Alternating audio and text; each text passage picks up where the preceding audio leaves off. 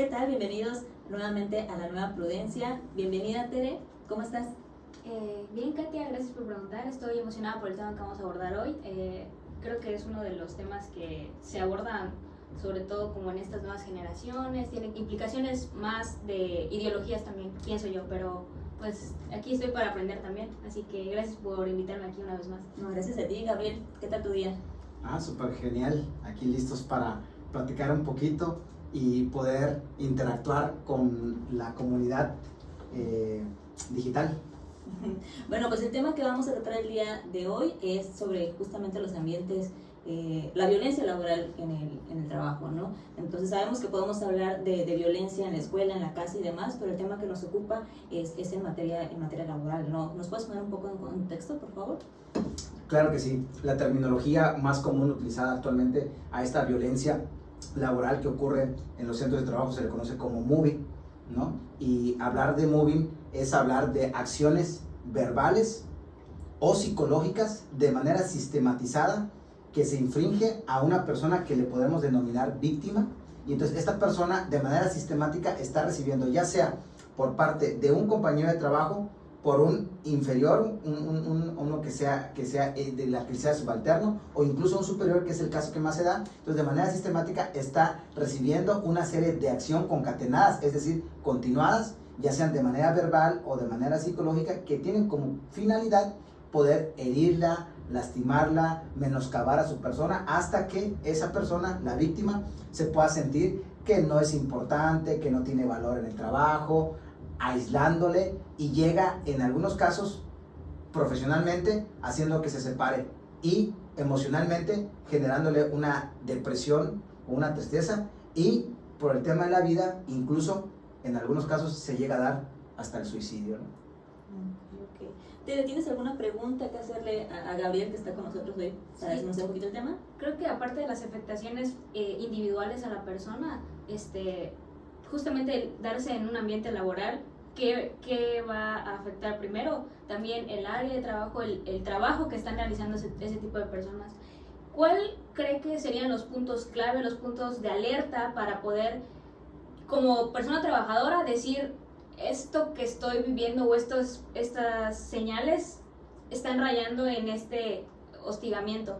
Ok, muy bien. Bueno, divido la respuesta en dos partes, ¿no? La primera parte, lo que tú mencionabas sobre que esta violencia es una modalidad, el hostigamiento es una modalidad que llega a una violencia. La violencia no solamente es física, también se puede dar de manera patrimonial. Se da de manera patrimonial cuando, por ejemplo, le dejan dar los bonos, no los mandan de comisión. También puede ser una violencia psicológica, una violencia física. Y la segunda parte, ¿qué cosas vamos a poder identificar en el que yo pueda después palomear y decir: bueno, creo que estoy siendo hostigado, o creo que soy un hostigador? Porque también valdría la pena hacer este ejercicio para saber si no soy yo quien está ejerciendo algún tipo de hostigamiento hacia un trabajador, hacia a un compañero. Bueno, lo primero que yo tengo que decir es que tiene que ver con un tema organizacional. Hay centros de trabajo, hay empresas, hay negocios que estructuralmente están organizados, y hay áreas que pareciera que fueron diseñadas para denigrar a la persona o para generar algún tipo de hostigamiento, y tal pareciera que ese lugar, ese puesto, esas actividades están ahí para poner a aquella persona a la que ya no queremos, o a aquella persona que ya no sentimos que sea parte de nuestro equipo, ¿no? Y entonces la mandamos al rincón, ¿no? Y allá en ese rinconcito donde no hay mucha luz, no llega el aire acondicionado, el escritorio está abandonado, el wifi o el internet no llega hasta ahí mandamos a la persona. Y entonces no lo diseñamos, simplemente fue un espacio que debería ser quitado, extinguir, porque ¿quién se puede sentir cómodo? ¿Quién puede sentirse que se está desarrollando plenamente, profesionalmente, donde el sistema o el lugar donde estás, en tu ecosistema laboral, pues es totalmente en penumbras, sin aire acondicionado, donde las tareas que te ponen a ti son las tareas que nadie más quiere hacer? Entonces, de alguna manera, la empresa sistemáticamente ya diseñó un puesto que fue prefabricado para hostigar al trabajador, ¿no? Esta es una manera. La otra es el aislamiento social. Y esto se da en la forma en la que procuramos que la persona que ya queremos que sea parte del equipo, lo aislamos socialmente. Hoy es día de Halloween, por decir algo, 15 de septiembre, vamos a hacer una actividad, no vamos a ir nosotros y esa persona no le vamos a avisar para que no vaya esa persona. Bueno, empieza a haber un aislamiento de esta persona. O vamos a crear un grupo donde que nadie sepa, que nadie le diga a aquella persona que no va a estar dentro del grupo, ¿no? Entonces tenemos nuestro propio grupo de WhatsApp en el trabajo donde no está esta persona, ¿no? Va a haber una actividad del trabajo donde se van a entregar reconocimientos y esta persona no fue invitada. Entonces, ¿qué es lo que está ocurriendo? Que estamos aislando socialmente a esta persona. Bueno, luego vienen las agresiones físicas, donde ya le decimos, ¿sabes qué? Es que tú no estás preparada, no puede ser posible que no puedas entender este trabajo, tu capacidad intelectual no te da para más, y entonces de manera verbal estamos haciendo comentarios que denigran a la persona. Y luego está la violencia física, donde ya, sin darnos cuenta, llegamos a agredir. Un empujón, quítate de acá y les tiramos la mano, pues también son síntomas de que la persona pudiera estar siendo objeto de un hostigamiento en el trabajo. Hay un punto que quiero comentar que es interesante y que es algo de lo que yo platicaba precisamente el día de ayer en una conferencia donde hablaba sobre este tema en la Casa de la Cultura Jurídica, donde desafortunadamente las personas que más sufren de hostigamiento y de acoso laboral son aquellas personas que llegan a estar como en una parte interseccional en los niveles de vulnerabilidad de acuerdo con la discriminación que hace referencia el artículo 1 constitucional. Es decir, que por lo general se ejerce mayor violencia por género, particularmente cuando se trata de una mujer. Si a esto le sumas que esa mujer tal vez es de un extracto socioeconómico muy bajo, precario, luego que su nivel educativo es menor, y bueno, y así le podemos seguir sumando, ¿verdad? Otro tipo de preferencias ideológicas, creencias religiosas, acciones partidarias o políticas. Bueno, esta intersección hace que haya mayor incidencia al momento de hostigar a una persona. Lo crudo de esto es que yo mencionaba que estas personas son las que más soportan y aguantan hostigamiento. Por increíble que nos parezca, son personas que tienen mayor resistencia a esto. ¿Cuál es el motivo? Bueno, el motivo es porque ellos saben que difícilmente podrían volver a vincularse a un trabajo. La necesidad. La necesidad les hace tener que soportar cosas que en otras circunstancias no soportarían, ¿no? Oye, qué interesante, gracias por compartirnos esos casos tan puntuales para poder identificar si uno es agredido o es agresor. Pero hay algo que me llama mucho la atención de lo que nos compartiste. Nos estás diciendo entonces que si me mandan o me sitúan a trabajar en un área en que las condiciones son precarias, desfavorables, también se podría considerar violencia. Sí, yo parto de una premisa, parto que hemos visto el trabajo como un derecho humano. Pero ojo, no perdamos de vista, el tema del trabajo debe de entenderse con un adjetivo calificativo al trabajo que sea un trabajo digno y o decente, como dice la Ley Federal de Trabajo. De tal manera que hoy los mexicanos tenemos derecho a un trabajo digno, no solamente un trabajo, porque habemos muchos mexicanos que tenemos derecho al trabajo, pero no al trabajo digno. ¿Cuál es el trabajo digno? El trabajo digno o el trabajo decente, de acuerdo como lo establece el artículo 2 de la Ley Federal del Trabajo, dice que se entiende por trabajo digno o decente aquel donde no se discrimina por ningún tipo de ideología partidaria, sexual, preferencia cultural, social, económica, la que ustedes gusten y manden. Hay un tema de igualdad sustantiva, donde a igual trabajo, igual salario, sin importar si eres hombre o si eres mujer, ¿verdad? O si eres parte de alguna comunidad. Pero también te dice que se entiende por trabajo digno todo esto que he dicho, pero además donde el ambiente laboral y de salud evita riesgos de trabajo, y también donde la capacitación y el adiestramiento también forma parte. Entonces vemos que el trabajo digno o decente es un conglomerado de ciertas atenuantes que tienen que darse para que entonces tengamos un trabajo digno y decente. Lo que ocurre es que nosotros los mexicanos hemos aceptado un derecho de trabajo que solamente se circunscribe a un servicio prestado y a un salario otorgado. Y esto sí efectivamente es trabajo, pero no es trabajo digno ni es trabajo decente. Trabajo digno no es solamente aquel donde te dan un salario, sino que además te dan una serie de prerrogativas que garantizan tu normal y libre desarrollo de tu persona. ¿Ok? Qué interesante. ¿Qué opinas tú, Tere?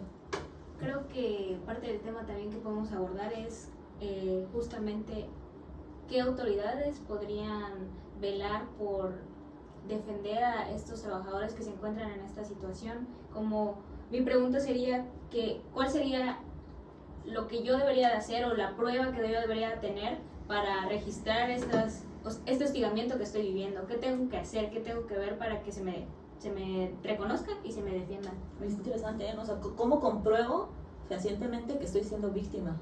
Ok, bueno, de nueva cuenta me gustaría responder en dos sentidos. En un primer sentido es las vías o las alternativas que yo tengo para poder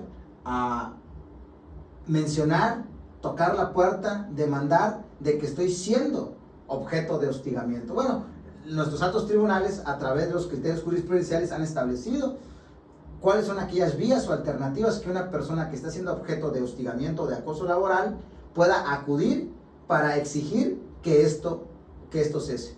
Existe, por supuesto, en la materia laboral, ¿verdad? A través de una rescisión, el artículo 51 de la fracción segunda, que ahorita vamos a hablar sobre ello, y sobre una propuesta que yo estoy impulsando, no mía, pero que estoy impulsando, sobre cómo la Ley Federal de Trabajo lo único que te permite, lo único que te ofrece es de que tú puedas rescindir la relación de trabajo. Y está interesante porque te dice aquel patrón, sus representantes o sus familiares hostiguen a un trabajador, él puede ir y rescindir la relación de trabajo. Entonces prácticamente restringe mi derecho a la estabilidad en el empleo y a un trabajo digno y decente, porque la única alternativa o opción que me da la Ley Federal del Trabajo es que yo me desvincule y por desvincularme yo pueda rescindir la relación y a cambio obtener una indemnización o unos salarios caídos derivados de una resolución en un juicio. Pero solamente eso me permite la Ley Federal del Trabajo. Debería, yo creo, sin hacer un lado las medidas cautelares, que es un tema aparte que no tiene nada que ver con ello, donde se emiten medidas cautelares, pero solamente las medidas cautelares son provisionales hasta en tanto se resuelva. Yo creo que la Ley Federal del Trabajo debería permitirnos que el trabajador no solamente pueda rescindir la relación de trabajo, sino que además la autoridad obligue al patrón a acreditar que efectivamente el trabajador puede continuar laborando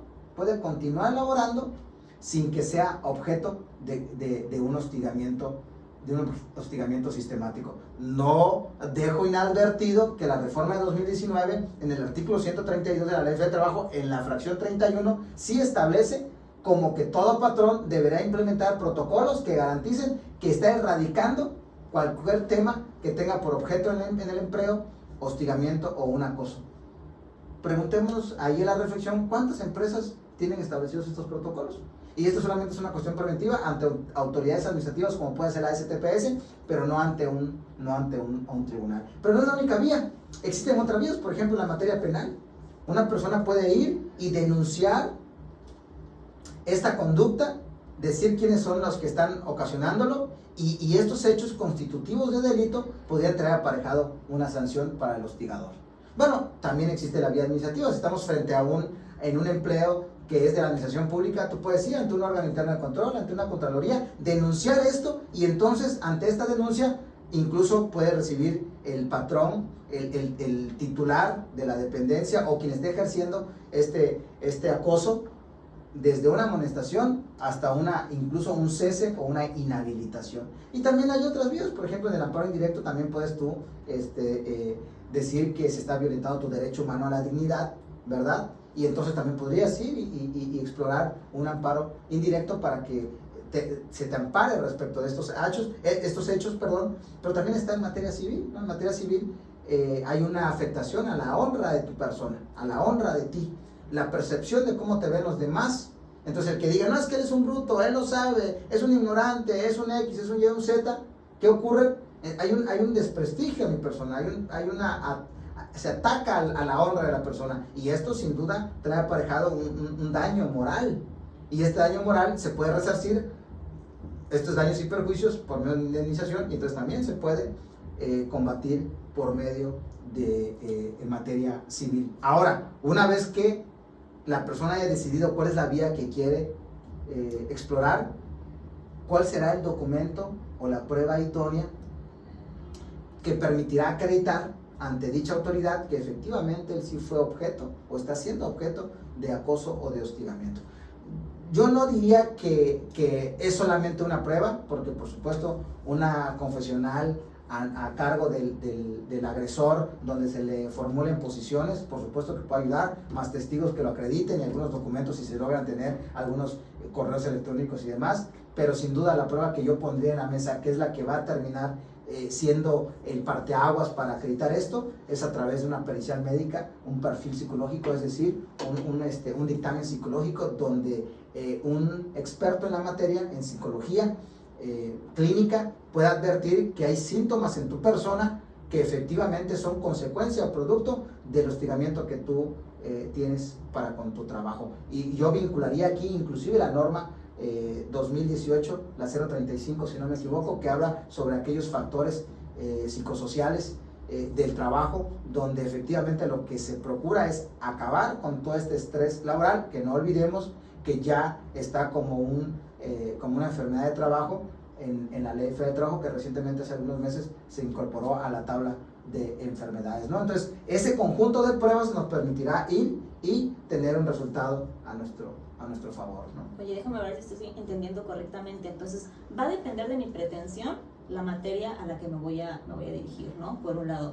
Y por otro lado, sin demeritar, perdón que lo diga, sin demeritar que explores más de una vía a la par, ¿no? No quiere decir que claro, si ya exploré la vía laboral, no podía hacerlo también en la vía civil o en la vía penal, ¿no? Podía haber una concurrencia, un concurso de lugares donde tú podrías hacerlo a la par, ¿no?